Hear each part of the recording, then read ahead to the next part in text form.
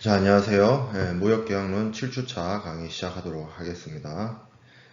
오늘 보게 될 내용은 지난 시간에 이어서 무역계약의 조건들, 8가지 대표적인 조건 중에서 보험 조건, 대금 지급 조건, 그런 부분을 좀 살펴보고, 그리고 대금 지급 조건과 관련된 매수인의 어떤 대금 지급 의무, 무역계약 이행 파트의 뒷부분에 매수인의 대금 지급 의무와 관련된 내용이 있어요. 교재상으로. 근데 이제 관련된 내용이 이쪽 뒤에도 있어서 같이 한번 묶어서 설명을 하고자 합니다. 그 포인트가 사실 한어음과 하한어음 치결 제도에 있기 때문에 그걸 묶어서 이야기를 좀 하고요.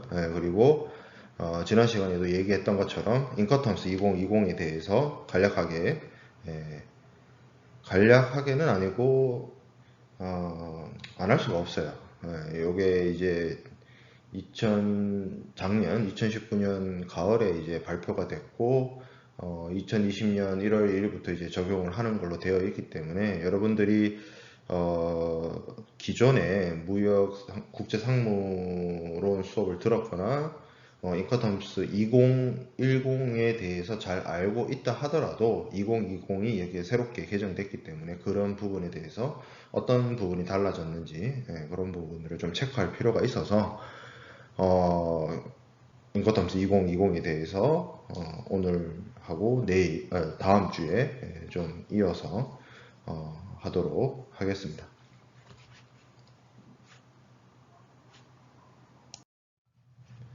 먼저 보게 될 내용은 보험 조건입니다.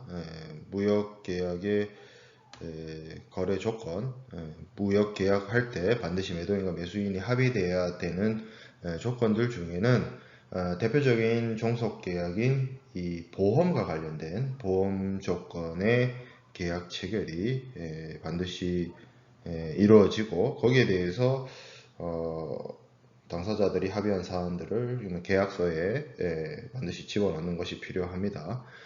사실 이 해상보험이 어떻게 보면 무역 물류 분야에 있어서 좀 까다롭고 좀 어려운 측면이 있어요. 특히 또 이게 2학기 때 여러분들이 해상보험론 수업이 진행이 될 거고 거기서 이제 깊고 자세한 내용들을 학습을 하게 될 텐데 이게 기본적으로 해상보험 제도가 영국에서 탄생을 했고 영국 법을 기초로 해서 영국 법의 기초 하에서 올려져 왔기 때문에 어떻게 보면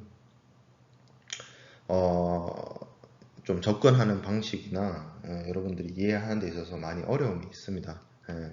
그래서 거기 그 2학기 때 해상보험론에서 우리가 자세히 학습하기로 하고 오늘은 그냥 계약론의 단계에서 무역 조건으로서 매도인 과 매수인 간의 합의를 해야 되는 보험 조건에 대해서 좀 살펴보도록 하겠습니다.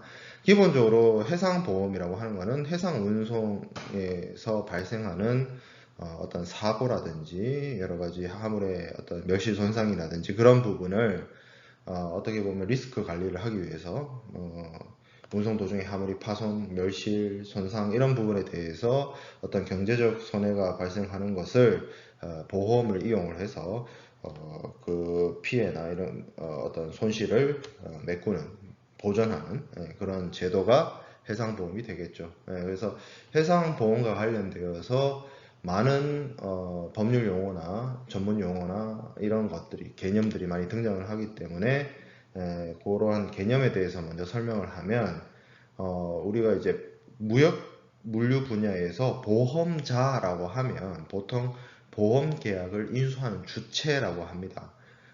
쉽게 생각하면 여러분들이 보험을 들어주는 보험회사, 한국 같은 경우에는 현대해상, 삼성화재, DB 손해보험, 메리츠 손해보험 이런 회사들 보험 계약을 들어주는 회사라고 생각을 하는 게 편해요. 보험자, 인슈어러 이렇게 얘기를 하는데 여기 보면 개인 또는 회사가 있습니다.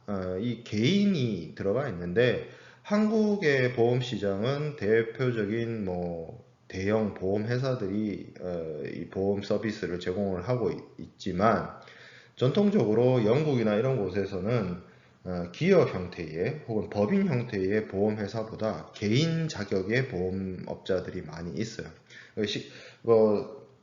어떤 경우에는 영국에 이제 있는 로이즈 보험의 어떤 멤버들을 쭉 보면 개인 한 명이 인수하는 보험 액수나 이런 것들이 국내에 있는 뭐 보험 회사보다 더 큰 경우도 있습니다. 법인보다 기업보다 개인 보험업자의 보험 부고액이 더 크거나 하는 경우가 있을 정도로 이 보험이 전통적으로 영국에 있는 로이즈 보험 이런 데서는 기업보다는 개인 보험업자가 많이 있다라는 점이죠. 자, 그 다음에 보험 계약자와 피보험자가 있습니다. 보험 계약자는 보험자와 함께 보험 계약의 당사자가 되는데 보험자와 쉽게 말해서 보험 계약을 체결하는 사람이라는 뜻에서 보험 계약자 이렇게 얘기를 하고요. 그래서 뭐 영어로는 policy holder 이렇게 얘기를 하고 피보험자는 사고나 어떤 화물, 보험 목적물의 어떤 손해나 손실이 발생했을 때 보험 회사로부터 보험금을 받게 되는 사람. 그래서 insured 뭐 이렇게 표현을 합니다. 이거는 이제 보통 무역 계약의 당사자들 중에 해상보험을 부보하는 자 내지는 운송하고 있는 화물을 해상보험에 들었을 때 그 화물이 멸실 손상이 발생했을 때 보험회사로부터 보험금을 받는 자 이런 사람들이 여기에 해당이 된다라고 볼 수가 있고요. 피보험 목적물이란 말이 있습니다. 피보험 목적물은 insured matter 뭐 이렇게 얘기하기도 하는데 그 대상이죠. 보험의 보험 대상이 되는 물품 이런 것들이 피보험 목적물이 되고요. 그리고 피보험 이익이란 말이 등장을 합니다. 이거는 앞서 얘기했던 보험의 목적물이 만약에 멸실이나 손상이 되었을 때 그것을 소유하거나 그것을 점유하고 있는 사람은 당연히 그 보험의 목적물인 물품이 파괴됨으로 인해서 어떤 손실을 보겠죠. 그렇게 됐을 때 이게 이제 중요한데 이 피보험 이익을 좀 잘 알아둘 필요가 있는 것이 뭐냐면 이 피보험 이익이 지칭하는 것이 그 보험의 부보 대상이 되는 물품 그 자체를 의미한다거나 아니면 그 물품의 가격을 의미한다거나 그런 것이 아니라 그 피보험 목적물을 소유하고 있거나 아니면 경제적 권리를 가지고 있는 사람이 그 피보험 목적물에 대해서 가지는 어떤 이해관계 그런 것들이 피보험 이익이 됩니다. 쉽게 말해서 예를 들어서 100만 원짜리 물건이라고 치면 100만 원 그 가격 그 자체를 지칭하는 것이 아니라 그 100만 원짜리 물건을 가지고 있는 사람이 그 물건에 대해서 가지고 있는 어떤 소유권 아니면 담보권 아니면 어떤 경제적 권리 이런 거를 피보험 이익이라고 한다는 거죠. 이거는 사실 좀 여러분들이 이렇게 설명을 들으면 좀 이해하기 어려운 측면이 있는데 뭐가 있을까요? 좀 이해를 쉽게 하는 방법으로 어, 예를 들어서 이렇게 생각해 보죠. 물건이 있습니다. 어떤 A라는 물건이 있는데 A라는 물건이 파손이 되면 예를 들어서 그 A라는 물건이 100만 원짜리라고 칩시다. 그 A라는 물건이 100만 원짜리 물건이 파손이 됐을 때 그래서 파손이 돼서 가치가 50만 원으로 하락을 했다라고 칩시다. 그러면 그 A라는 물건을 가지고 있는 사람의 어떤 그 물건에 대한 경제적 이해관계가 100에서 50으로 줄어들겠죠. 그래서 이 보험회사가 보험을 통해서 이 피해를 보전을 해줄 때 이 보험회사는 마법사가 아니기 때문에 이 50만 원으로 줄어든 가치의 물건을 뭐 시간을 되돌린다든지 아니면 뭐 마법을 부려서 50만 원짜리를 100만 원짜리 물건으로 만들어주지 못해요. 근데 할 수 있는 건 뭐가 있죠? 이 100만 원짜리 물건이 50만 원으로 가치가 감소했기 때문에 그 줄어든 가치만큼 50이라는 그 금전적 가치만큼을 금전으로 보상을 해줄 수 있죠. 보험회사는. 그렇기 때문에 보호의 대상이 되고 그 해상보험 회사들이 어떻게 보면 보험의 어떤 부보의 대상이 되는 것이 물건 그 자체가 아니라 그 물건 그 자체가 가지고 있는 소유자 내지는 뭐 권리권자의 어떤 이해관계로 부보를 하는 겁니다.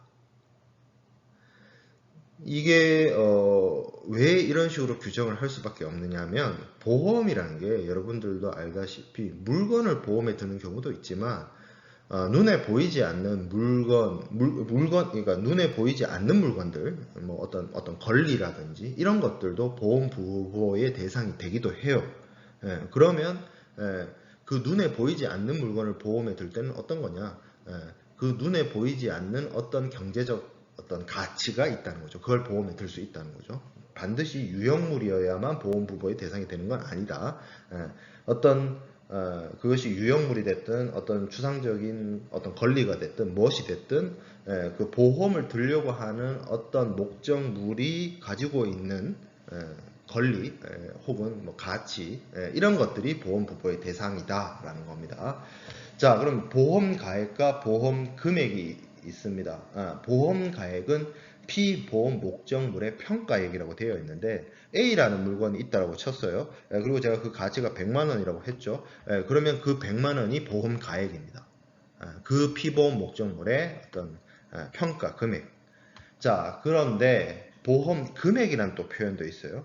가액이 있고 금액이 있는데 보험 금액이란 표현은 보험 계약을 체결할 당시에 보험 가액을 일정 금액으로 협정하고 상호 협정된 보험 가액 이런 표현이 되어 있습니다.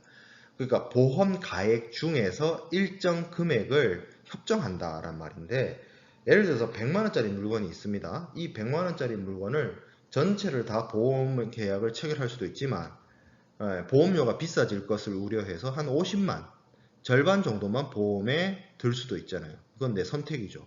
그 100만원짜리 물건을 가지고 있는 사람의 선택입니다. 예를 들어서 내가 보험료를 좀 절약시키기 위해서 전체 그 물건에 대해서 보험을 다 들지 않고 일부만 보험 들었다. 그러면 그 일부가 뭐 절반 정도라고 치자고요. 그러면 그 물건의 원래 가치인 100만원은 보험 가액이 되는 것이고 그 100만원 중에 내가 보험회사랑 계약을 체결한 50만원 절반이라고 했으니까 그 50만원이 보험 금액이 되는 겁니다. 그래서 영어 표현으로 보험 가액을 얘기할 때 insurable value 이런 표현을 많이 써요. 그러니까 insure라는 그 보험을 뜻하는 말에 전미어로 able 무엇이 가능한 이런 뜻을 붙이거든요. 그러니까 보험에 들 수 있는 가액, 가능액 이게 보험 가액이고요.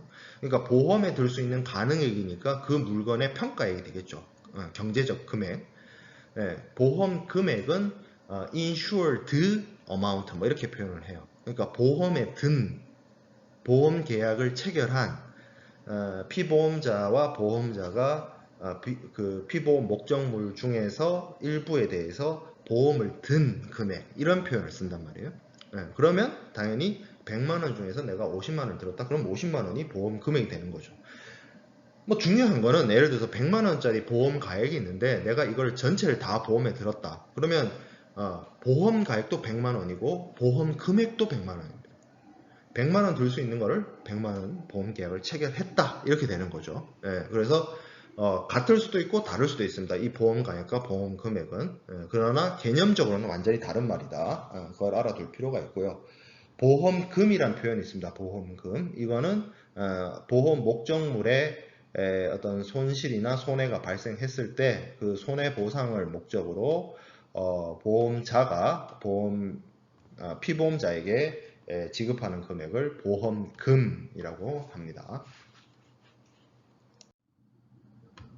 자, 그리고 보험료가 있어요. 앞에 보험금이었어요. 앞에는 보험금이고 뒤에 있는 건 보험료인데 보험금은 사고 나면 보험회사로부터 나오는 돈이고요. 보험료는 보험자에게 피보험자나 보험계약자가 내는 돈입니다. 보험회사에 내는 돈이에요.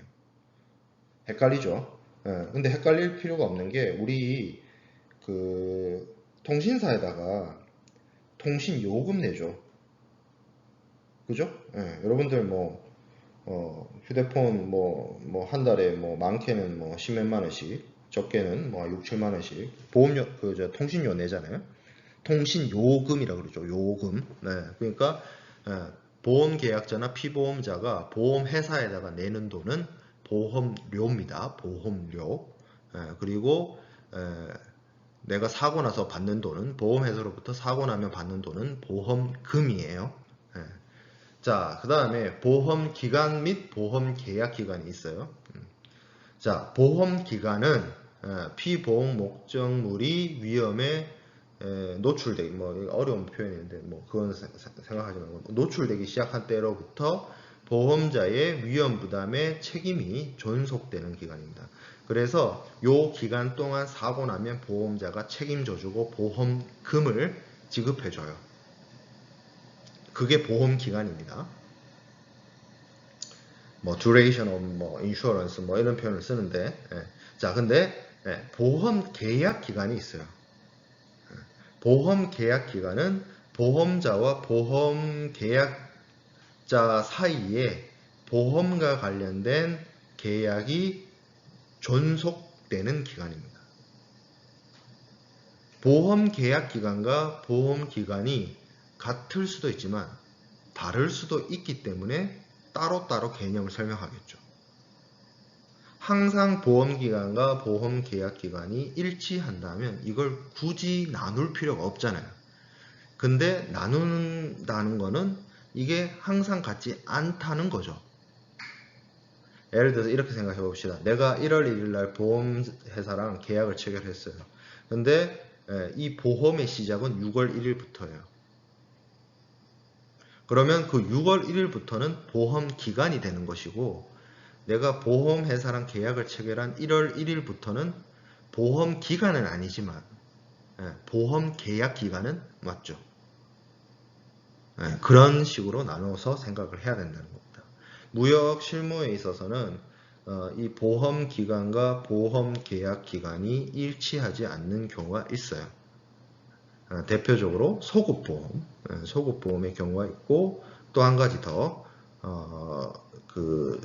포괄보험, 포괄애정보험의 경우에도 보험기간 및 보험계약기간의 어떤 기간이 서로 상이합니다.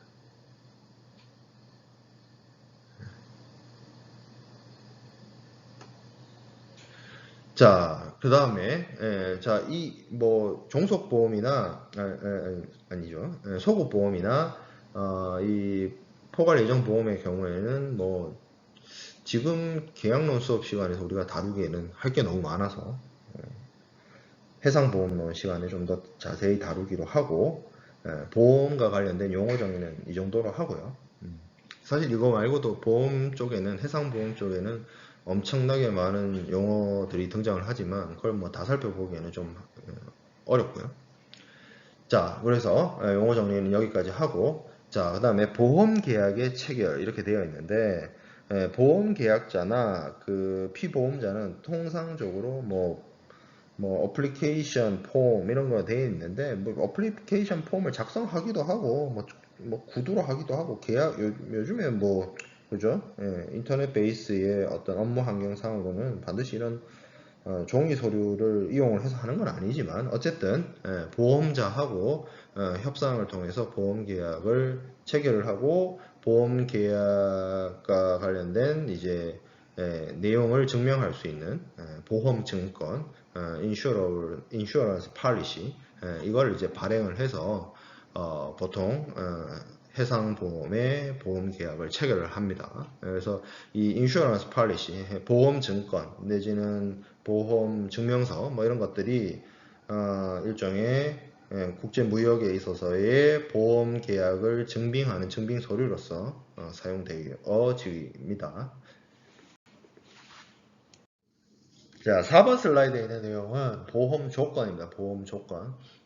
보험 조건은 보험 계약에 있어서 보험자의 어떤 보상 범위를 의미한다고 되어 있는데, 요거는 크게 뒤에서 살펴보게 될 1982년도 신협회 적하약관과 1963년 구협회 적하약관이 있습니다. 이게 이제 약관이란 게 보통 보험자와 피보험자 사이에 보험 계약에 있어서 보험자의 어떤 책임이나 보험자의 면책이나 보험자의 의무 권리 등등을 정하는 게 보통 보험의 약관인데, 그 보험의 약관에서 보통 사고가 발생했을 때 보험자가 책임져 주는 그 어떤 범위나 한계나 이런 것들을 정하죠. 그래서 어떤 것들은 보험회사에서 처리해주고 어떤 것들은 보험회사에서 처리해주지 않고 뭐 이런 사안들을 보통 보험계약서나 보험약관을 통해서 정의를 하게 되는데, 이 해상보험에 있어서는 대표적인 약관이 협회 적하 약관이라는 게 있습니다. 이 협회는 런던 보험자 협회를 뜻하는 건데요. 그래서 보험자들의 협회에서 제정한 표준 약관이 있었고, 그 표준 약관이 전 세계적으로 해상보험의 글로벌한 스탠다드한 아주 그 기준이 되고 있어. 국제적 기준으로서 사용되고 있고, 실제 한국의 해상보험을 다루고 있는 기업들도 이 협회 적하 약관을 적용을 해서 해상보험을 부보하고 있습니다. 자, 근데 이 약관이 크게 두 종류가 있어요. 구협회 적하 약관이 있고 신협회 적하 약관이 있습니다. 원래 정식 명칭이 구가 들어가고 신이 들어가는 게 아니고요. 한번 큰 개정이 이루어졌어요. 1982년에. 그래서 82년도에 새롭게 나온 거는 신협회 적하약관, 그리고 그 전부터 존재했던 것은 구분을 위해서 구협회 적하약관이라고 하는데, 우리가 상식적인 수준에서 그런 식으로 개정을 했으면 새로운 버전을 주로 사용하고 새로운 버전만을 사용하는 게 타당할 것 같은데, 이 아주 역사와 전통 이런 거 좋아하는 유럽, 특히 영국은 이 구협회 적하약관도 지금 현재 병행해서 사용되어지고 있습니다. 그래서 두 종류, 말이 두 종류지 이 학습을 하는 사람을 더 피곤하게 만들고 있는 거죠. 그래서 기존부터 20세기 초반부터 1923년 그 정도 때부터 존재했던 구협회 적하약관과 82년에 새롭게 제정된 신협회 적하약관, 이게 크게 두 종류가 있고, 그리고 각 구협회 적하약관이든 신협회 적하약관이든 세 가지 종류의 상품이라고 해야 될까요? 약관이 존재합니다. 그래서 구협회 적하약관에는 ICC-FPA, ICC-WA, ICC-AR 이렇게 해서 세 가지가 있고요. 신협회 적하약관에는 ICC-A, ICC-B, ICC-C 이렇게 나뉘어서 구성되어 있습니다. 그 각각의 그 약관들은 약관을 어떤 선택을 하느냐에 따라서 보험회사의 보상 범위나 보장 범위가 크게 달라집니다. 그래서 여기 지금 4번 슬라이드의 경우에는 1963년도 구협회 적하약관의 약관상 담보위험, 그러니까 담보위험이란 말 자체가 보험자가 지금 여기 지금 쭉 나열되어 있는 손해에 대해서 보상하는 그런 어떤 범위, 그런 것들을 의미를 하는데, ICC FPA를 선택을 하게 되면 전손인 뭐 화물의 전체적인 손해를 뜻합니다. 완전한 멸시를 뜻하는 거죠. 그리고 공동훼손의 법리에 대해서 우리가 좀 알아야 되는데, 공동훼손은 그 보험 목적물을 비롯해서 그 보험 목적물이 보통 해상 운송 도중일까 아니죠? 해상 운송 도중이겠죠? 그래서 그 해상 운송하고 있는 화물이 어떤 공동의 위험에 직면을 했을 때 적용하는 것이 이제 공동훼손과 관련된 내용이고, 비용 손해라는 게 있습니다. 비용 손해는 비용 손해를 좀 잘 이해를 못하는 친구들이 있어요. 그 비용 손해라는 게 이런 겁니다.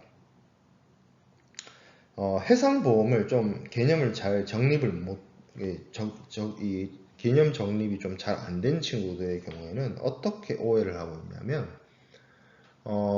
물품이 파손된 것만 손해라고 생각을 할 수 있어요. 비용 손해라고 하는 건 뭐냐면, 물품이 정상적으로 왔어요. 내가 주문을 했는데 물건이 내 집 앞에 정상적으로 딱 배달이 됐어요. 근데 원래대로라고 하면 2,500원이면 배달이 되는 것이 뭐 여러 가지 이유가 발생해가지고 뭐 25,000원이 들었다. 그러면 22,500원이 더 든 거죠, 돈이. 물건을 정상적으로 도착시키기 위해서 내가 평소에 지급되지 않았던 돈이 추가적으로 발생됐죠. 그런 것들이 비용 손해입니다. 그런 것들도 당연히 이 해상 운송 도중에 발생할 수 있는 손실이고요. 그러한 손실의 경우에는 보험회사를 통해서 보상을 받을 수가 있습니다. 자, 그 다음에 분손, 특정 분손 이렇게 해가지고 4번, 5번, 6번이 나오는데, 분손은 쉽게 말해서 부분적 손해예요. partial loss라고 합니다. 부분적 손해를 뜻하는데, 기본적으로 이 ICCFPA라는 게 Free Particular Average, 그러니까 분손 부담보 약관입니다. 이 FPA의 우리말 표현이 분손 부담보 약관인데, 분손에 대해서는 아니 부자를 써가지고 보험회사가 담보해주지 않는 조건이에요. 부분적 손해에서는. 그러니까 쉽게 말해서 물품이 완전히 박살나든지 전체 손실이 나든지 아니면 지금 여기 나와 있는 것처럼 비용 손해가 나든지 이런 경우에만 보험회사가 손해를 보상을 해주고, 뭐 부분적인 손해에 대해서는 보험회사가 손해 보상을 해주지 않는 것이 FPA, 분손 부담보 조건인데요. 다만 그렇다 하더라도 여기 지금 나와 있는 4번, 5번, 6번의 경우에는 특정 분손에 해당이 돼서 FPA로 보험을 들었다 할지라도 보험회사가 보상을 해주는 조건이 이 특정 분손에 해당이 됩니다. 그래서 자초라든지 배가 이제 침몰한다든지 하재가 난다든지 아니면 선적이나 한적하는 도중에 물품이 떨어져 가지고 파손이 된다든지 아니면 불이 난다든지 뭐 폭발한다든지 이런 경우에, 이런 분손의 경우, 이런 사유로 인해서 부분적 손해가 발생했을 때는 ICC FPA로 보험을 부부하더라도 보험자로부터 보상을 받을 수 있습니다. 자, 그 다음에 ICC WA 이렇게 되어 있는데, 이 WA는 with average예요. 그래서 분손 담보 조건입니다. 함께 가는 거죠. 함께 간다는 의미인데, 이 WA를 선택을 하게 되면 지금 위에 있는 4번, 5번, 6번 이하의 분손에 대해서도 보상을 받을 수 있습니다. 그래서 포함 범위가 FPA보다 WA가 넓죠. 그래서 1번부터 6번까지는 당연히 WA에서도 해주고, 거기에 더해서 이 4번, 5번, 6번에 해당되지 않는 부분적 손해에 대해서도 보험자가 보상을 해주는 것이 WA 조건이고요. 거기에 더해서 ICCWA의 경우에는 악천후, 바다에서 발생하는 악천후에 의한 해수손, 이런 부분에 있어서도 보장 범위로서 보상을 해주고 있습니다. 자, 그리고 가장 큰 부분을 차지하고 있는 것이 ICCAR인데요. ICCAR의 경우에는 이 1, 2, 3, 4, 5, 6, 7, 8에 더해서 여기에 규정되어 있지 않는 모든 외부적, 우발적 원인에 의한 손해를 보험자가 보상을 해주는 걸로 되어 있습니다.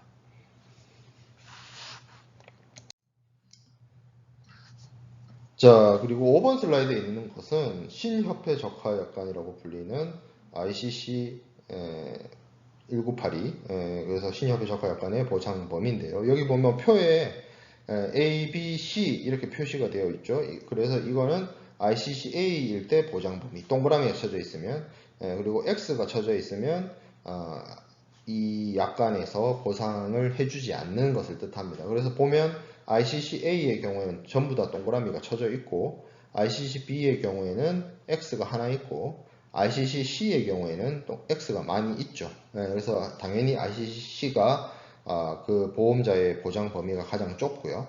그리고 ICC-B가 그 다음 ICC-A가 가장 크게 보장되어 있습니다. 그래서 여기 82년도 약관의 기준으로 보면 뭐 화재, 폭발, 선박, 부선의 자초, 교사, 침몰, 전복, 육상 운송 연구의 전복이나 탈선, 선박이나 부선, 운송 연구의 어떤 충돌, 그리고 조난항에서의 화물의 양하까지는 ICCC에서 보상을 해주는데 지진이 난다든지 천재지변인 어떤 화산 분화 아니면 낙뢰 이런 것들이 발생했을 때는 ICCC로서 보험을 들면 보험회사로부터 보장을 받지 못하게 되는 그런 구조를 가지고 있습니다. 6번 슬라이드에 있는 내용은 면책 위험입니다. 이 보험을 들었다고 해서 해상에서 발생하는 모든 손실이나 모든 피해를 보험자가 전적으로 다 책임져 주는 것은 아니에요. 그래서 경우에 따라서는 이것이 보험자의 면책에 해당되는 경우가 있을 수 있고 그런 경우에는 보험자가 면책 사유에 해당이 된다면 피보험자에게 피해 보상, 손해 보상을 하지 않을 텐데 그래서 여기 보면 어떤 피보험자가 고의적으로 뭔가 잘못을 했다거나 아니면 제품의 어떤 통상적인 누손이나 중량의 감소가 있다든지 아니면 물품의 어떤 고유의 물품 자체에 뭔가 문제가 있다든지 아니면 포장이 잘못됐다든지 이런 경우에는 ICC, A, B, C 모두 다 보험을 들었다 하더라도 보험자로부터 보상을 받을 수가 없게 됩니다. 그것들이 이제 1982년 약관의 면책 위험이고요.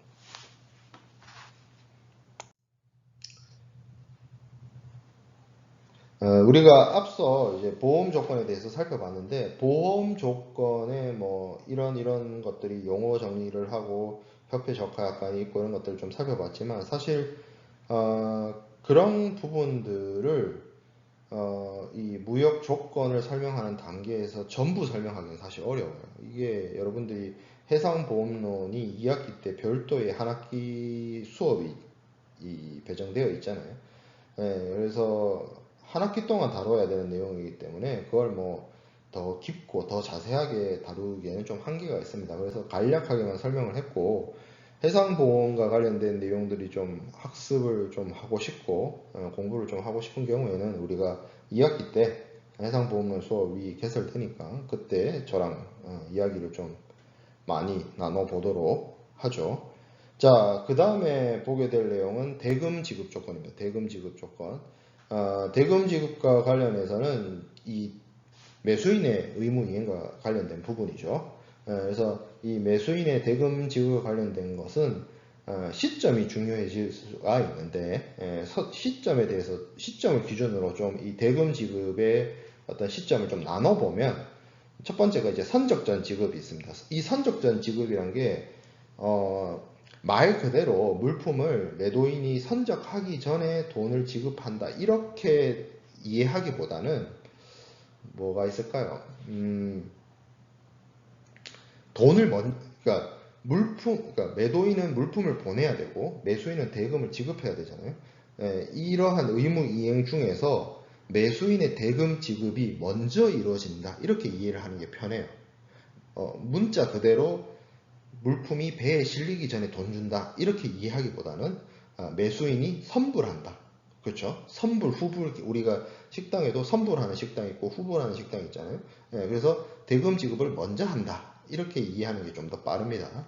자, 그래서 선적전 지급은 통상적으로 선지급, 주문을 하면서 돈을 먼저 주는 거, 이걸 말하는 거고, 또 주문시 지급이라는 게 있습니다. 그러니까 cash with order 이렇게 되어 있는데 CWO 이렇게 줄여서 얘기를 합니다.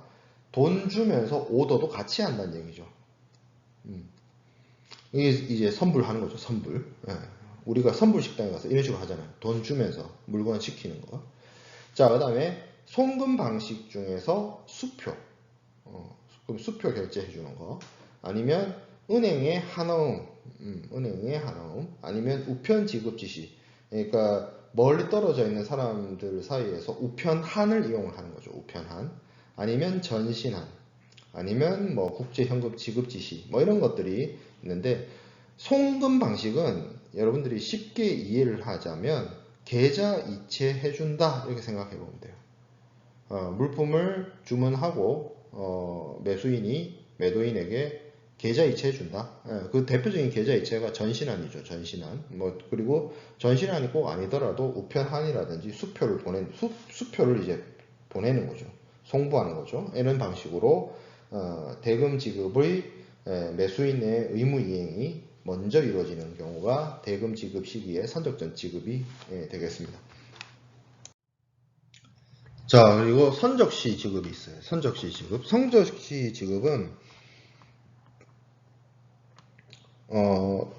물품을 매도인이 선적을 하는 그 시점에 지급한다. 이렇게 뭐 어떤 사전적인 정의를 내릴 수가 있지만, 정말로 그 물품을 선적하는 거하고 매수인이 대금 지급을 하는 게 동시간에 이루어지진 않죠. 넌 보내고 넌 물품을 보내고 난 돈을 보내고 하나 둘 셋 이렇게 하는 게 아니잖아요. 그래서 선적시 지급도 문면상 말 그대로 물품을 선적할 때 동시에 보낸다 이렇게 생각하지 말고, 그러니까 매도인의 물품 인도와 매수인의 대금 지급이 거의 동시에 동시 이행이 된다 정도로, 거의가 더 중요한 거죠. 진짜 동시가 아니라. 그래서 서류 상한도 조건, 그리고 물품 상한도 조건이 있습니다. 대표적으로. 그리고 뭐 경우에 따라서는 뭐 일람불 신용장, 그리고 추심 방식의 DP, 이런 것들이 있죠. 자, 선적 서류 상한도 조건 이런 게 있습니다. Cash Against Document 이렇게 되어 있어요. CAD라고 줄여서 얘기를 하는데, 물품을 선박에 선적을 하게 되면 선화증권 같은 서류가 나옵니다. 그거 이제 선적 서류인데, 이 선적 서류를 그 수출국 내에 있는, 그러니까 선적지에 있는, 수출국 내에 있는 매수인의 대리인에게 보내서, 그러니까 수출국 내에 수입자의 지점이나 대리인이 있는 거예요. 그래서 물품을 선적하고 선적 서류가 발급이 되면 이 선적 서류를 들고 가가지고 대금을 지급받고 선적 서류를 내주는, 그런 게 이제 선적 서류 상한도 조건입니다. 그리고 물품 상한도 조건이라는 게 있습니다. COD, Cash on Delivery라고 하는데, 이거는 물품을 매수인에게 인도하고 그 동시에 대금을 수령하는 방식입니다. 어떻게 하냐면 수입국 내에 수출자의 지점이나 대리인이 있어서, 그러니까 수입국 내에 물건이 도착했는데 물건을 받은과 동시에 돈을 받잖아요. 그럼 돈을 받을 사람이 필요하잖아요. 수입국에서 수입상한테. 그 역할을 수출자의 지점이나 수출자의 대리인이 수입국에 와 있는 거예요. 그래서 이 대리인을 통해서 수입자가 물건을 받고 대금을 지급해주는 그 방식이 COD입니다. 그래서 어떻게 보면 우리가 음식 배달 같은 거 할 때, 지금은 여러분들이 배민이나 이런 걸로 이용을 해서 어플을 이용해서 음식을 시키지만, 우리 전통적인 방식으로 짜장면 시켜 먹을 때 철가방 아저씨들이, 배달해 주시는 아저씨들이 철가방에 짜장면을 넣어서 와서 배를 누르고 짜장면을 내려놓으시면서 돈 받아 갔잖아요. 그거 생각해 보면 돼요. 그게 COD죠. 물건 받으면서 돈 주는 거. 물품 상한도 조건이 그겁니다. COD. 자, 그 다음에 선적 후 지급이 있습니다. 이것도 말 그대로 배에 물건 실어놓고 돈 받는다 이렇게 생각하지 말고, 대금 지급이 후불이다 이렇게 생각하면 편해요. 자, 물품 선적 후에 일정한 기간이 경과된 이후에 외상거래 하는 거죠. 외상거래. 대금을 지급한 방식, 후지급 이렇게 얘기를 하는 건데, 말 그대로 외상 매매가 가장 대표적인 것이고, 위탁 판매. 매수인이 대금을 주고 사오는 게 아니라 물건을 받아놓고 팔아보고 팔리는 만큼 돈 보내주는 그런 방식. 아니면 뭐 여기 지금 강의 자료상에는 안 나오는데 뭐 신용장인데 뭐 기한부 신용장이라든지 뭐 아니면 주심 중에서도 DP 방식이 아닌 DA 방식의 주심이라든지 이런 것들이 선적 후 지급에 해당이 됩니다. 자, 그리고 혼합 방식도 있어요. 혼합 방식은 선지급이든 동시지급이든 후지급이든 두 가지 이상이 이렇게 혼합되어 있는데 이게 혼합이 되어 있다는 말을 좀 어렵게 생각할 게 아니라 왜 그런 경우 있잖아요. 왜 뭐 계약금이라고 해서 물품 금액의 한 10% 정도를 먼저 내주고 물품을 받은 다음에 나머지 한 8, 90%를 지급하는 뭐 그런 식으로 대금 결제를 하는 경우도 있잖아요. 우리 일상생활에서 그거를 이제 국제무역에서도 그렇게 한다라고 생각해 보면 됩니다. 그러면 그 일부분 먼저 주는 돈은 선지급이 될 것이고 물품을 인도받은 후에 지급하는 부분은 후지급이 되겠죠. 그런 식으로 하는 경우도 있다라는 겁니다.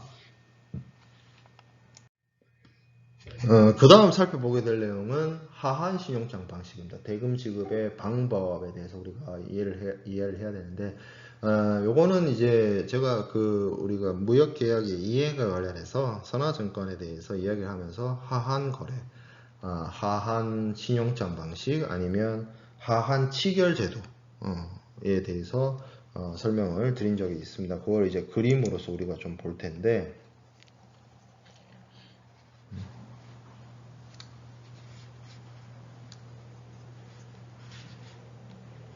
이걸 이제 화환 지결 제도 뭐 이렇게 얘기를 하죠.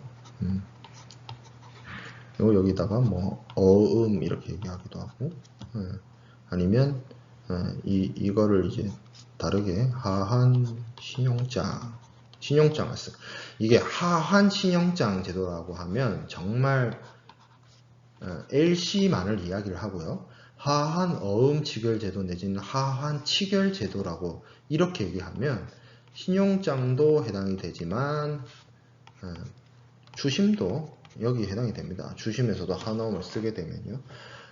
결국에는 이런 하한 신용장 제도에서의 핵심은 한어음이에요.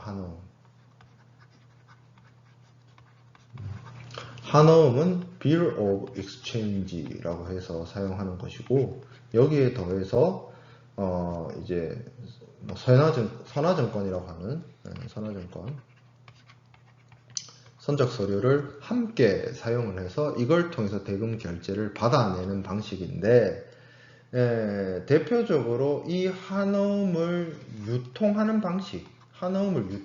방식에 있어서 전통적으로 이 LC를 가장 많이 사용을 합니다. 그래서 신용장 거래를 하게 되면 자동적으로 이 한어음과 선화증권을 이용을 해서 결제를 하게 되죠. 보통 선화증권을 표현을 할 때 이 하자를 쓰기도 하는데 화요일 할 때 하자도 쓰거든요. 그렇게 되면 이 하자가 쉽게 말하면 이 한자로 이건데 이 하자를 쓰는 경우도 있어요. 그래서 여기에 여기 한어음 할 때 그래서 하환 신용장 방식이다 이겁니다. 이게 뭐 말이 그렇게 생겨난 거고요. 당연히 하환 치결제도, 하환 어음 치결제도도 여기 하와 여기 한을 따서 이용하는 결제제도, 결제를 지급하는 제도 이 뜻이죠.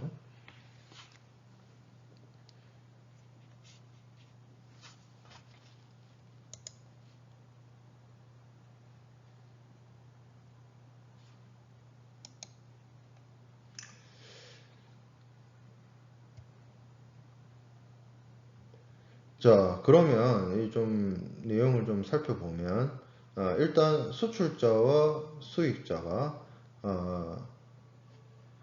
대금 결제를 하는데 수출자와 수입자가 대금 결제를 할 때 신용장 방식을 이용하기로 합의를 했다라고 치자고요. 그러면 이 수입자는 발행은행에 신용장 발행 의뢰를 하게 되고 이 신용장은 기본적으로 이 신용장 발행은행의 조건부 지급 가격입니다.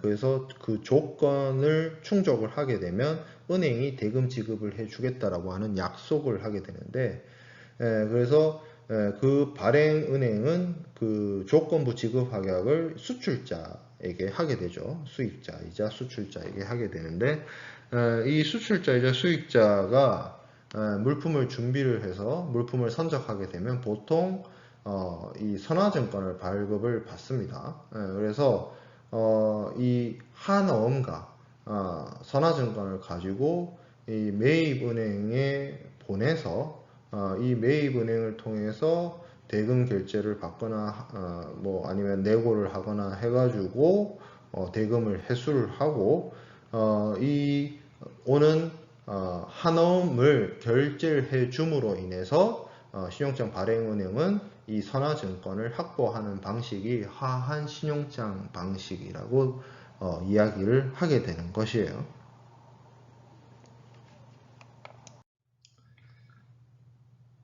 이 하한 어음 지결제도, 하한 지결제도는 신용장 방식에서만 쓸 수 있는 것이 아니라 어음을 똑같이 이용할 수 있는 어떤 기하안부 추심, 뭐 주심 제도에 DP든 DA든 사용을 할 수 있습니다.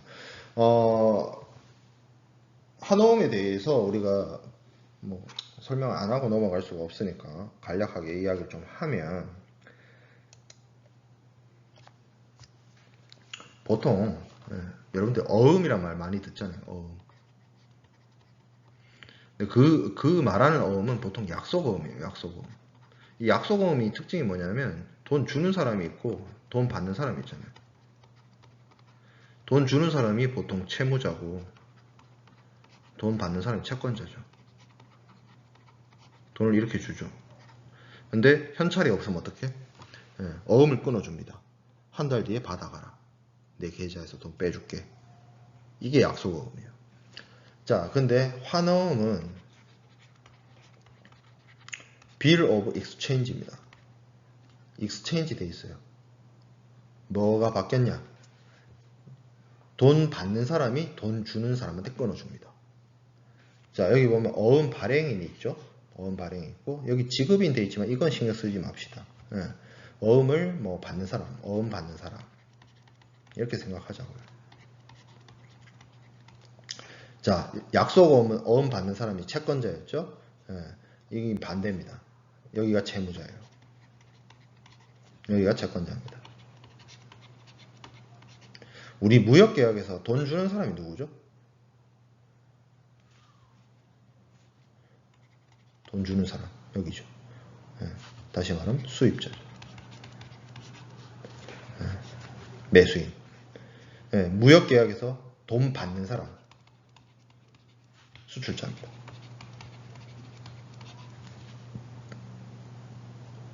보통의 약속어음은 돈 주는 사람이 돈 받는 사람한테 끊어주는 거예요. 현찰 대신. 하지만 한어음은 반대라는 거죠.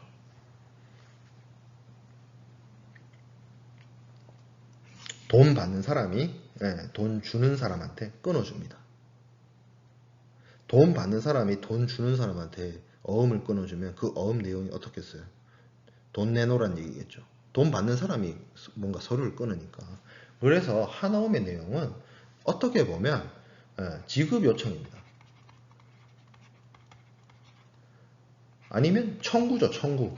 돈 내놓으란 이야기죠. 돈 내놓으란 얘기.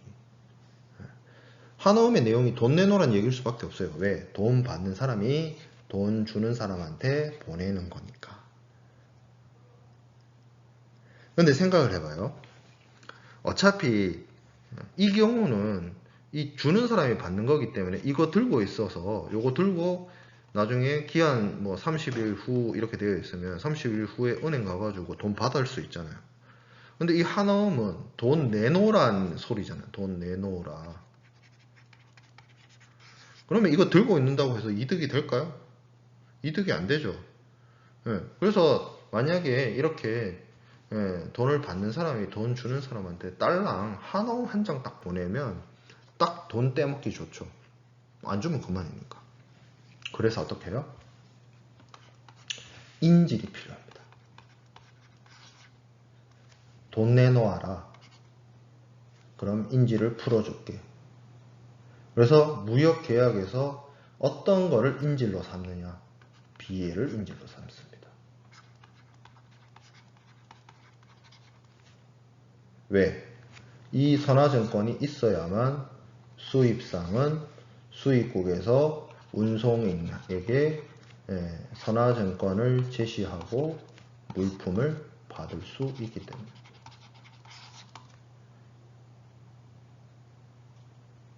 그래서 반드시 BL하고 한어음이 같이 쓰이죠. 이 한어음을 통해서 이 채권자이자 수출자이자 돈 받는 사람이자 어음 발행한 사람은 대금을 회수를 해야 되는데 그냥 지급 청구서 보내면 당연히 돈 안 낼 테니까 인지를 끌고 가는 거예요. 지급하면 인질 풀어줄게. 너 이거 인질 이거 필요하지? BL 필요하지? 왜? 물건 찾아야 되니까. 무역계약은 서로 격지자 간에 떨어져 있는 거래이기 때문에 돈을 먼저 보내주든 물건을 먼저 보내주든 당연히 이 수출자나 수입자나 대금 지급을 못 받을 위험 내지는 잘못된 물품이 오거나 물품이 오지 않을 여러 가지 신용위험이나 상업위험에 노출되어 있습니다. 이 한어음과 하한 서류를 함께 이용하는 이 하한어음 방식, 하한 지결 방식을 통해서 수출자는 대금 지급을 이 비해를 인질로 이용을 하면서 대금을 회수할 수 있는 가능성을 키우는 것이고요. 그리고 어음 받는 사람도 돈을 그냥 주는 것이 아니라 돈을 줌으로 인해서 물품의 권리를 주장할 수 있고 운송인으로부터 물품 인도를 받을 수 있는 서류를 획득할 수 있죠. 그렇기 때문에 그 어느 쪽도 돈 못 받을 위험, 물건 못 받을 위험, 이런 신용위험과 상업위험으로부터 벗어날 수 있게 만들어주는 것이죠. 이 한어음 치결 제도의 메커니즘이 이렇습니다. 그래서 한어음 Bill of Exchange 이게 필요한 거예요. 자, 그 외에도 송금 방식이 있을 수 있습니다. 사전 송금 방식이 있을 수 있고요. 수출 대금을 물품을 선적하기 전에 외화로 송금 받는 방식이 있고 사후 송금 방식도 있을 수 있습니다. 그러니까 선불 후불이죠. 말 그대로. 그래서 이런 방식의 송금 방식을 선택을 할 수가 있고요. 매수인의 대금 지급 의무 2에 이 부분은 사실 우리가 그 3장에 무역계약의 이행과 관련해서 매수인의 대금 지급 의무에 대한 내용이 있습니다. 그래서 그 한 서너 페이지가 있는데 교재상으로는 그 내용이 제가 앞서 설명한 하한어음과 관련된 한어음에 대해서 설명하고 있는 부분이라서 여기다가 집어넣었습니다. 그래서 한어음에 대해서 사전적으로 정의를 하고 있어요. 무역거래상의 채권자가 채무자에게 발행하는 거죠. 그렇죠. 돈을 주는 사람이 돈을 받는 사람한테 하는 게 아니라 돈 받는 사람이 돈 주는 사람한테 발행한다는 거예요.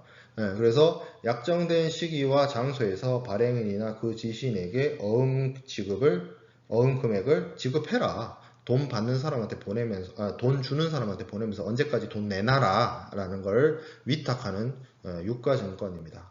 그래서 이게 한어음의 취지고요. 그래서 발행인과 이 지급인이 일반적인 약속어음과 반대로 되어 있어요. 채권 채무 관계가. 그래서 한어음의 종류에는 하한어음과 무담보어음이 있는데 이 하한어음에는 뭐예요? 담보로서. 여기서는 담보란 표현을 썼지만 좀 여러분들 이해를 돕고자 제가 뭐라고 표현했죠? 인질이라 했죠. 그냥 돈 청구하는 서류 보내면 당연히 결제를 안 해줄 테니까 인질을 묶어서 보내는 거예요. 그럼 인질을 인질이 필요하니까 인질을 해방시켜야 되니까 뭐가 필요해야 되는 거죠? 대금 지급을 해줄 수밖에 없는 거죠. 돈 주는 사람이. 그래서 이렇게 쓰이는 거를 하한어음이라고 합니다. 그래서 일종의 상업서류와 함께 사용되는 거죠. 선적서류인 BL과 함께 사용되는 것. 그리고 무담보어음도 있어요. 선적서류가 첨부되지 않는 경우. 근데 뭐 이런 경우 잘 보기 힘듭니다. 뭐 아무것도 없이 아무런 뭐 어떤 반대 급부도 없이 그냥 돈 내놓으라는 청구서가 왔을 때, 뭐 그죠? 어떤 강제성이나 강행력이 떨어질 수밖에 없죠. 자, 그 다음에 일란불 어음과 기한부 어음으로 나눌 수 있는데 일란불은 말 그대로 어음이 제시되면 즉시 지급해주는 게 일람불이고요. 기한부는 이 어음이 제시되고 난 다음에 일정 기간이 지난 다음에 매수인이 대금 지급을 해주는 겁니다. 그러면 일람불 어음은 뭐 선지급 내지는 동시 지급이 될 것이고 기한부업은 사후 지급이 되는 거죠. 선적 후 지급이 되는 것이죠. 그래서 표현을 보면 일람 후 정기불 이렇게 표현이 되어 있는 경우는 일람불 어음이고요. after sight 보자마자 보고 나서 보내라 이렇게 되어 있는 거고 기한부어음은 영어로는 이제 유산스 빌 뭐 이렇게 얘기를 하는데 보통 after date 어떤 날짜 이후에 지급을 한다 이렇게 표현을 합니다. 그래서 30 days after date 이렇게 되어 있으면 어음을 발행한 날짜 뭐 아니면 선화증권을 발행한 날짜로부터 뭐 30일 뒤에 대금 지급을 해라 뭐 이렇게 되어 있습니다. 자, 그 다음에 한어음도 당연히 배설을 합니다. 배설한 게 이 배자가 등배자예요. 등 뒤에 쓴다는 겁니다. 그 종이 서류의 등이 어디죠? 뒷면이죠, 뒷면. 그러니까 뒷면에 글자 쓰는 거, 그게 배서입니다. 뭐 어려운 말이 아니에요. 여러분들이 지금은 5만원권 사임당 할머니가 많이 사용되기 때문에 수표를 잘 안 쓸 일이 없죠. 어른들도 요새 수표 잘 안 쓰시죠. 옛날에는 5만원권 화폐가 등장하기 전에는 10만원 자기압 수표를 굉장히 많이 썼는데 요즘엔 수표 보기 어렵죠. 근데 수표를 쓰다 보면 수표를 쓰는 걸 여러분들이 주위에서 봤는지 모르겠는데 보통 그 수표 뒤에다가 자기 이름하고 연락처 이렇게 적어가지고 줍니다. 왜냐면 그 수표가 만약에 문제가 생기면 그 사람한테 책임을 묻기 위해서 그걸 이제 기재하도록 하고 있는데 그게 배서예요. 배서 뒷면에 쓴다. 자, 근데 한어음이 됐든 아니면 선적서류인 선화증권이든 우리가 이제 뭐 신용장 뭐 이런 걸 공부를 하면 배서라는 표현을 많이 등장을 하는데 배서의 취지가 뭐냐면 배서를 한다는 것은 곧 그 서류를 다른 사람한테 인도하거나 다른 사람에게 그 어떤 내용을 관련된 권리를 넘길 때 이전시킬 때 이 배서를 하게 됩니다. 그래서 한어음의 경우에도 이 인질과 함께, 인질은 당연히 하한 서류죠. 그 서류와 함께 다른 사람에게 대금 지급을 요청하고자 할 때 이런 배서를 통해서 그 권리를 넘기고 관련된 어떤 대금 지급을 해소하거나 이렇게 되고 있습니다. 한어음에는 어떤 필수적인 기재 사항이 있고요. 임의 기재 사항이 있습니다. 뭐 한어음의 표시, 한어음의 표시라는 게 뭐 그런 거예요. 그 어떤 기재돼야 되는 여러 가지 기본적인 사안들 이런 것들 이게 한어음이다 뭐 이런 것들 그리고 무조건 지급 위탁 그래서 이 한어음을 받는 사람으로 하여금 이 한어음의 권리권자의 내지는 뭐 지시인이나 뭐 피지시인이나 뭐 이런 사람들 돈 받아야 되는 사람한테 이 한어음을 받는 사람이 대금 지급을 해줘라 뭐 이런 내용들이 당연히 들어가 있고요. 당연히 여기 지급인이 표시되어 있습니다. 지급인이 표시되어 있고 뭐 한어음을 받는 사람이죠. 한어음을 받는 사람. 한어음을 받는 사람인데 지급인이라고 표시되어 있긴 해요. 그리고 수취인 이렇게 표시되어 있고 이 부분도 설명 안 할 수가 없네요. 자, 보통 어음 발행하는 사람 드로워 이렇게 얘기하거든요. 드로워. 그리고 어음 받는 사람 이걸 드로위라고 해요.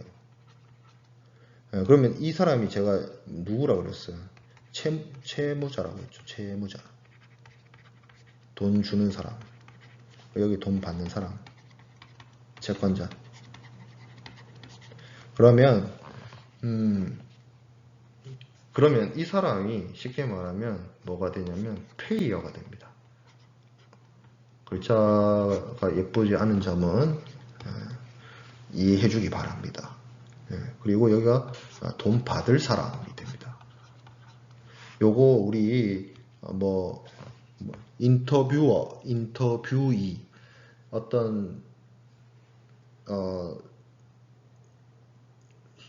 어떤 사람을 표현할 때 어미에 ER과 EE를 붙이면 이게 피동이냐 자동이냐 뭐 이런 거, 자격 그런 거를 지칭할 때 많이 쓰죠. 예. 그래서 어음 발행하는 사람은 드로워가 되고요. 어음 받는 사람은 드로위가 되고요. 돈 지급하는 사람은 페이어가 되고 돈 받는 사람은 페이이가 됩니다. 그래서 이거를 어음 발행인, 어음 받는 사람, 그리고 돈을 지급하는 사람, 그리고 여기는 뭐겠어요? 돈을 수취하는 사람. 그럼 이렇게죠. 이렇게. 그래서 이 수출자인 사람은 수출자는 여기가 수출자죠. 쉽게 말하면 수출자. 여기가 수입자. 그러면 수출자는 어음 발행하면서 어음을 발행하는 사람이자 돈 받는 사람이고 수입자는 어음 받는 사람이면서 돈 지급하는 사람이 되는데 문제는 뭐냐면 한국에 있는 모든 무역 결제와 관련된 교재가 표현을 할 때 이렇게 표현을 해요. 어음 발행인도 쓰고요. 수취인도 써요. 이걸 이제 수취인이라고 하거든요. 그러니까 어음 발행인이자 수취인인 경우 이게 생각보다 많아요. 이런 경우는. 그리고 어음 발행인과 수취인이 다른 경우도 있습니다. 어떤 경우가 있냐면 이 돈 받을 사람이 뭐 은행이거나 아니면 뭐 그런 경우가 있어요. 이거는 수출자고. 은행이 수출자한테 돈을 선지급한 경우에 나중에 어음을 통해서 돈이 돌아왔을 때 수출자가 돈 수취하는 사람이 아니라 은행이 돈을 수취하는 사람이 될 수 있어요. 그러면 이 은행을 지칭하는 말이 수취인이 되죠. 그래서 얘네가 이제 페이이가 돼요. 여기에 나와 있는 수취인을 표시하는 거는 이 채무자가 돈을 지급해 줘야 되는 사람인데 경우에 따라서 그 사람이 수출자일 수도 있고 은행일 수 있습니다. 그리고 이 수출자는 어음을 발행하는 사람이니까 드로어라고 표현을 하는데 다시 정리를 해보면 이 드로어와 페이이 어음 발행하는 사람과 돈을 수취하는 사람은 무역 거래에 따라서 이게 같을 수도 있고 다를 수도 있다는 겁니다. 그래서 드로어는 무조건 이거는 무조건 수출자예요. 드로어는 무조건 수출자인데 돈 받아가는 사람이 수출자일 수도 있고 은행일 수도 있다. 근데 그러면 이거는 용어 정의를 확실하게 해놔야겠죠. 어음 발행하는 사람 드로어, 돈을 수취하는 사람 페이. 근데 문제는 어음을 받는 사람과 돈을 지급하는 사람은 이거는 무조건 같아요. 누구? 수입자. 그러면 굳이 표현을 드로위와 페이어를 나눠서 쓸 필요가 없겠죠. 이게 무조건 같으면. 그렇죠? 그렇죠? 네. 그러면 이거 표현 두 개 중에 하나만 쓰면 되는데 웃긴 게 이거를 나타낼 때 영어는 드로이를 쓰고요. 우리말은 돈을 지급하는 사람을 씁니다. 여기 보면 이렇게 돼 있죠. 지급인, 드로이. 돈을 지급한다라는 뜻이 여기엔 없어요. 드로이라는 표현에는 이거 약간 피동형이잖아. 이 붙었으니까. 근데 이거는 돈 주는 사람이라는 뜻이잖아요. 지급인. 그러니까 지급인의 사전적 번역이 드로이가 아니에요. 지급인의 사전적인 번역은 페이어입니다. 근데 이 돈 지급한다는 거를 이렇게 번역 안 하고 이렇게 쓰고 있어요. 거의 한국에 있는 모든 무역 결제와 관련된 교재가 다 이렇게 씁니다. 그래서 요 표현이 사라지고 요 표현이 사라져서 수입자를 지칭할 때 하나원과 관련돼서 수입자를 지칭할 때 돈을 지급하는 드로이가 돼버린 거예요. 그렇게 해서 표현이 이렇게 바뀐 겁니다. 이렇게 사용하고 있는 겁니다.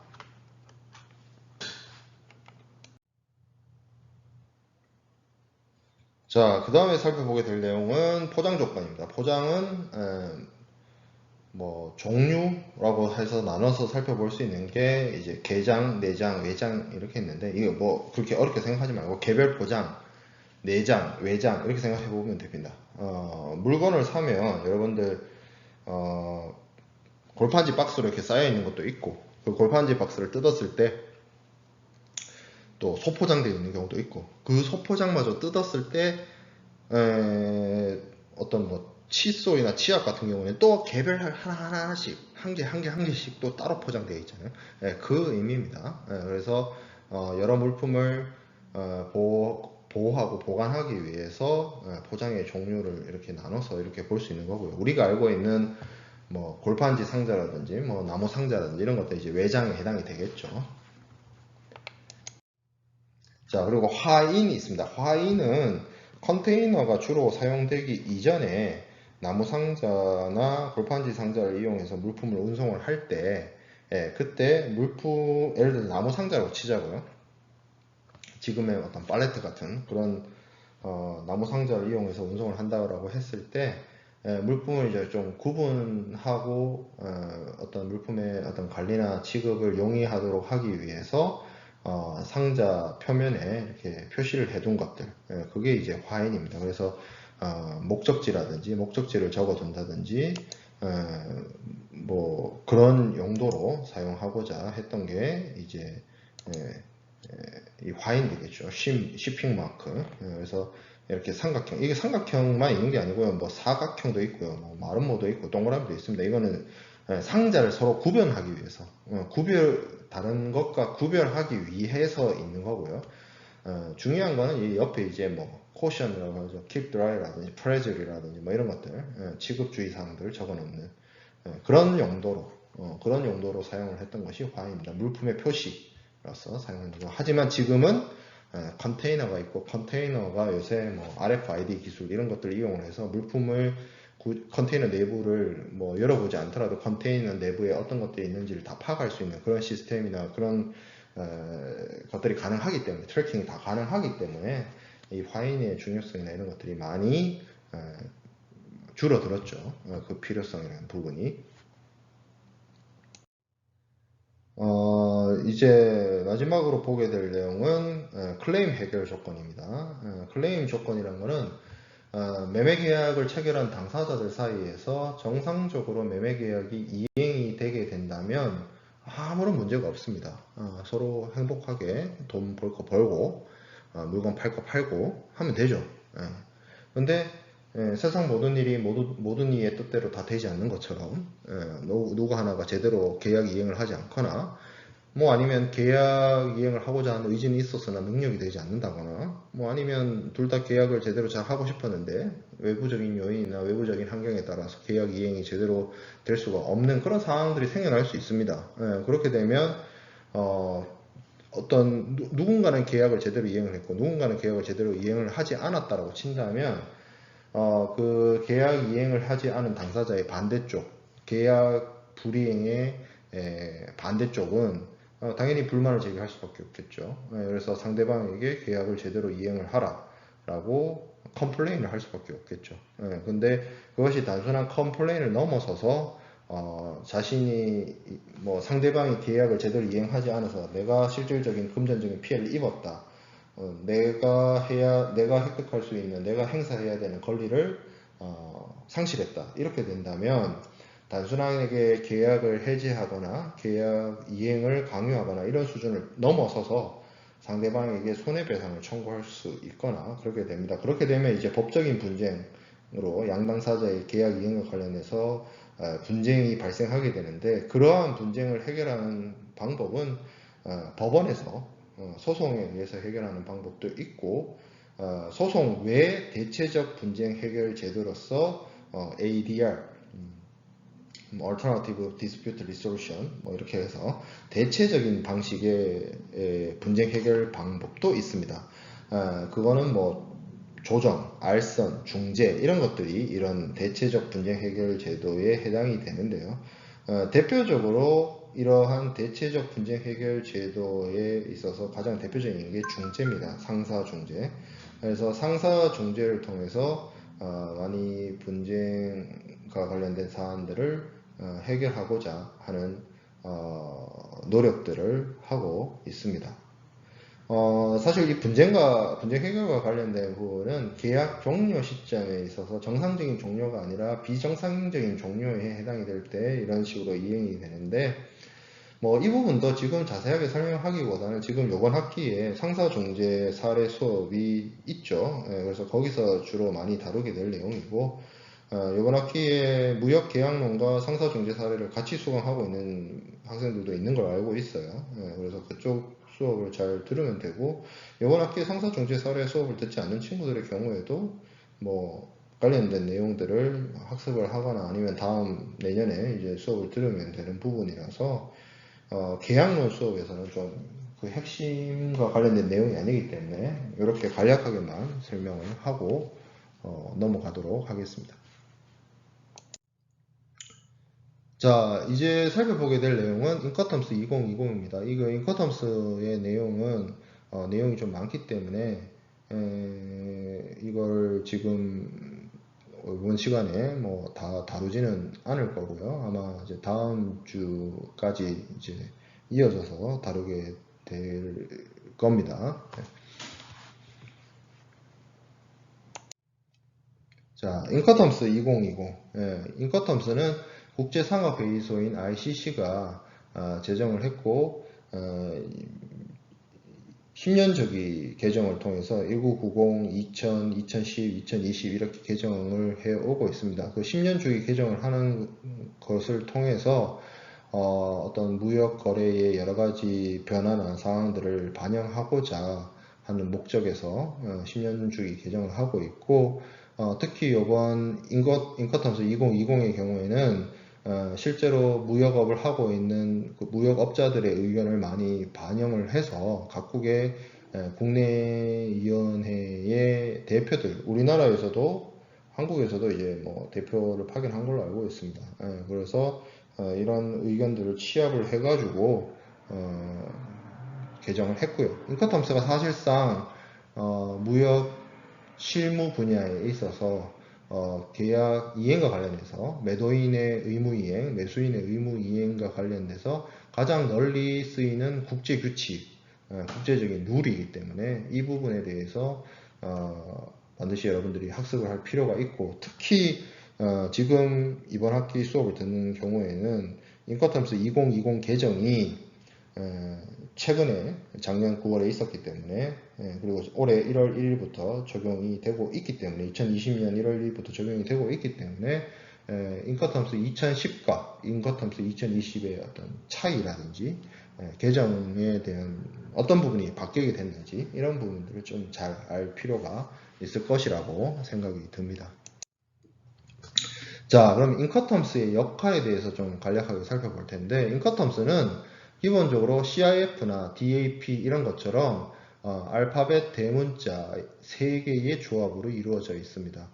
이거는 물품 매매 계약, 국제 물품 매매 계약상의 매도인과 매수인의 어떤 거래 간에 무엇을 해야 되고 무엇을 안 해야 되고 무엇을 상대방을 위해서 이행을 해줘야 되고 무엇이 어떻게 준비되어야 되는지 뭐 이런 것들을 반영하는 11개의 거래 조건, 트레이드 텀스로 되어 있습니다. 그 중에서 가장 대표적인 건 매도인과 매수인의 의무인데요. 매도인은 무엇을 하고 매수인은 무엇을 하는지를 규정을 하고요.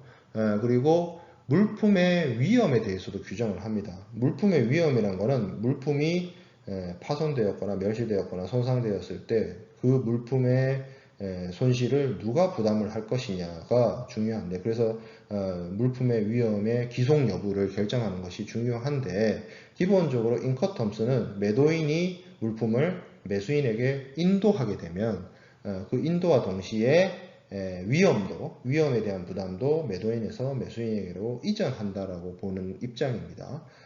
그리고 이렇게 국제 물품 매매 계약을 이행하는 도중에 여러 가지 부대 비용, 부속 비용이 발생하게 됩니다. 운송비도 발생하고, 창고료도 발생하고, 포장 비용도 발생하고, 선적 비용도 발생하고, 여러 가지 물품의 검사 비용도 발생을 합니다. 이 비용들이 매도인의 부담이냐, 매수인의 부담이냐도 이 인커텀스를 통해서 우리가 결정을 하고 나눠서 확인을 할 수가 있습니다.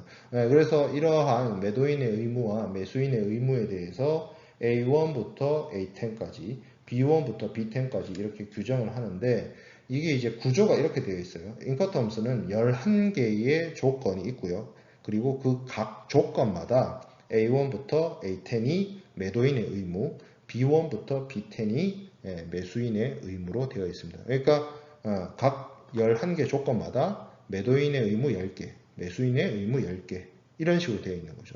그런 구조로. 그래서 A는 매도인, B는 매수인. 그런 구조로 되어 있고 매도인의 의무와 매수인의 의무를 규정하는 그런 역할을 수행을 한다라는 점입니다.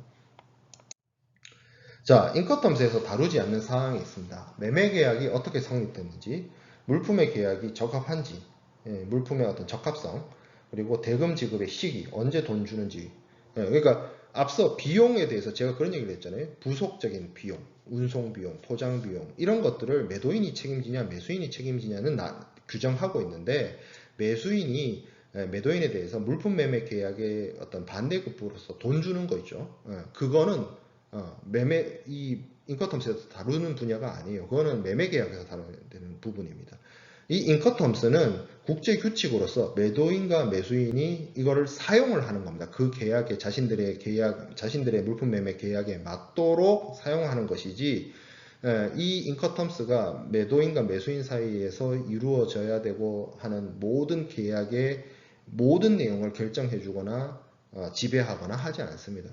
그래서 지금 22번 슬라이드에 나와 있는 이 많은 내용들이 주로 인커텀스에서 다루지 않는 사안들에 해당이 되고, 이런 내용들은 여기 나와 있는 것처럼 매매 계약에서 매도인과 매수인 사이에서 존재하는 매매 계약에서 다뤄져야 되는 부분입니다.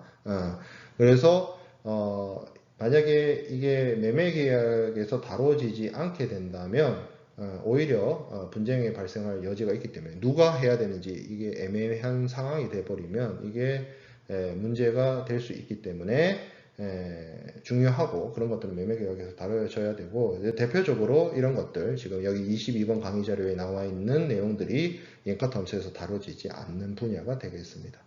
특히 가장 중요한 게 인커텀스는 물품의 소유권이 누구한테 있느냐를 다루지 않아요. 절대 다루지 않아요. 이거는 그 소유권, 소유권법이나 질권법 이런 부분을 다루는, 재산권에 대한 부분을 다루는 것이 각 국가마다 입법이 다 다르기 때문에 국제 규칙으로서 널리 사용되고자 하는 인커텀스 입장에서는 어떤 특정한 소유권법에 따라서 어떤 것들을 규정하기가 매우 부담되는 경우에 해당이 됩니다.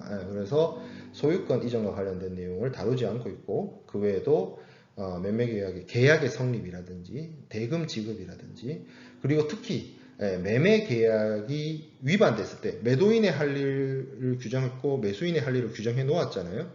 근데 이 규정된 각각의 의무를 이행하지 않았을 때 해결 방안에 대해서도 인커텀스는 다루지 않아요.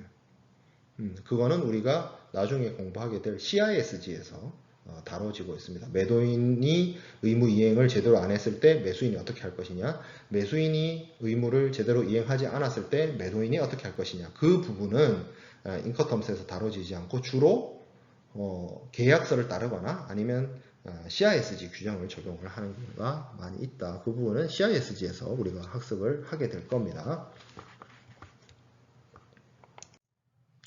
자, 인커텀스를 사용할 때는 매매 계약서에다가 인커텀스를 사용을 하겠다라는 것을 그러니까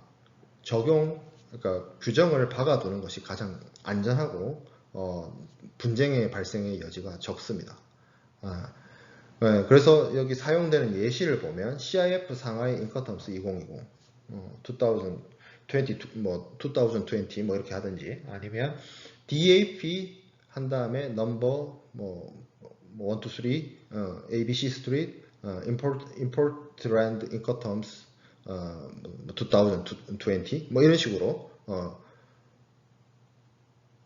그 각 조건을 사용하고, CIF가 됐든 DAP가 됐든 그 조건을 쓰고 장소가 나오고 상하이가 됐든 뭐 ABC 스트리트가 됐든 장소가 나오고, 그리고 인커텀스 2020, 이게 인커텀스 2020에 따른 CIF고 DAP란 걸 나타내면서, 그리고 그 각 조건에 지정된 항구나 지정된 장소나 지점이 반드시 나오게 사용을 해야 됩니다. 이러한 문구를 계약서에 집어넣어서 이 매매 계약이 인커텀스 2020에 따른 CIF를 적용을 하고 있고, 이 CIF에 지정된 장소가 이곳이다 라는 것을 명확하고 구체적으로 표시를 하는 게 나중에 분쟁을 막는 방법입니다.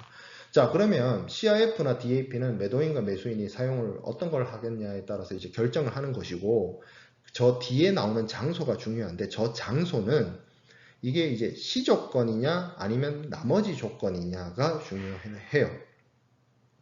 C 조건이 아닌 E 조건이나 D 조건이나 뭐 F 조건이나 이런 경우에는 저 조건 뒤에 오는 상하이가 됐든 ABC 스트리트가 됐든 저 장소가 즉 물품 인도 장소입니다.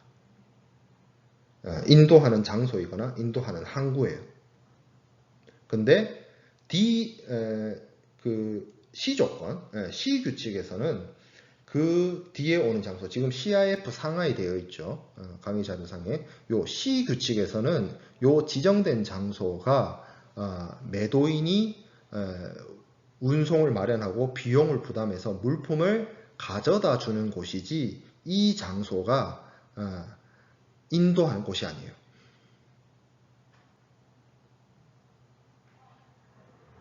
자, 그래서 여기 밑에 나와 있죠. C 규칙을 제외하면 D가 뭐 DAP가 됐든 EXW가 됐든 FOB가 됐든 그런 조건들의 뒤에 오는 장소는 물품 인도 장소이고, CIF, CFR, CIP, CPT의 경우에 앞에 C로 시작하는 조건의 경우에는 이곳은 그 뒤에 오는 장소는 매도인이 자신의 비용과 노력으로 물품을 가져다 주는 곳이지 물품의 인도 장소가 아니다.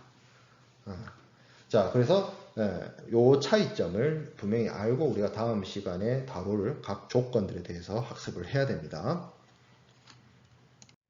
자, 우리가 계약 조건의 나머지 부분하고 인커텀스 2020의 개요 정도를 살펴봤습니다. 그래서 다음 시간에는 인커텀스 2020에 대해서 좀 자세하게 각 조건과 2020으로 오면서 달라진 점, 그런 부분들 위주로 학습을 진행을 하도록 하겠습니다. 이상 마치도록 하겠습니다.